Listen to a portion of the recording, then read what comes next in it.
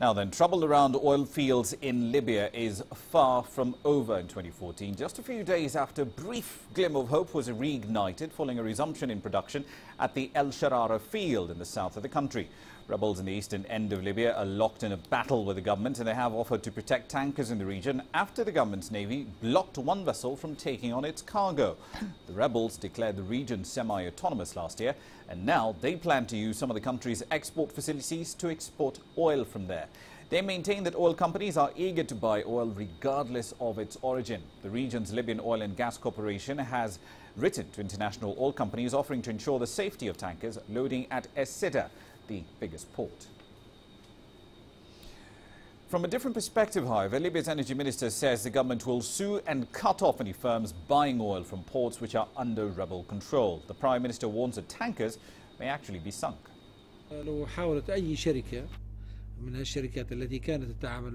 Any firm dealing with the armed groups which have closed the oil ports will be sued and banned from any future cooperation with Libya. There won't be any market for them in Libya anymore. We are warning all global and small firms against dealing with the armed groups.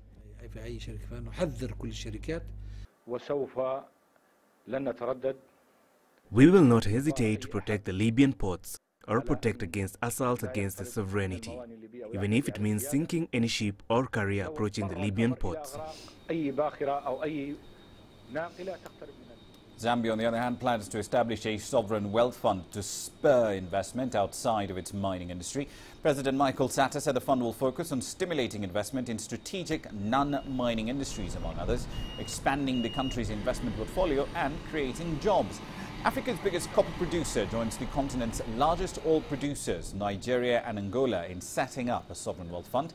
The fund will be financed through dividends of about 40 state-owned companies, while the government will put in some seed capital, according to the Agriculture Minister, Robert Sichinga. Still on fiscal policy, but this time in East Africa, Kenya plans to start the process of raising anywhere between $1.5 and $2 billion from the international market in a Eurobond at the end of January. Kenya's Treasury Secretary says the money will be used partly to plug a $265 million budget deficit and to retire a $600 million syndicated loan borrowed from a consortium of global banks in 2012. The loan is also expected to shore up central bank reserves, which currently stand at about $6 billion US. Mr. Rotich told a media briefing that the preparation of the bond issuance prospectus is ongoing, but he would not divulge further details due to regulatory limitations. Okay then, off to Las Vegas now, where the Consumer Electronics Show is still in progress. Personal drones have caused quite the buzz over there.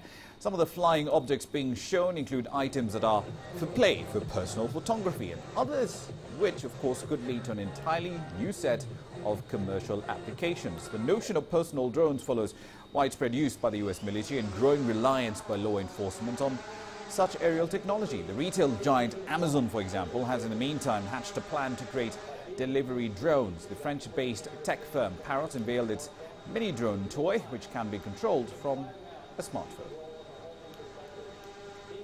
Right then, quick run through the markets here for you. Let's see what the numbers are looking like from across the four bourses that we track here on BizAfrica. The oil share index in Nigeria starting the day, of course, in positive ground, really around the same territory it was at the close of trade yesterday. The oil share index in South Africa in the red, down by about a third. The 20-share index in the Kenyan capital, Nairobi, in the opposite direction at 5,010 points. The EGX 30 is in the green, up by about a percentage point.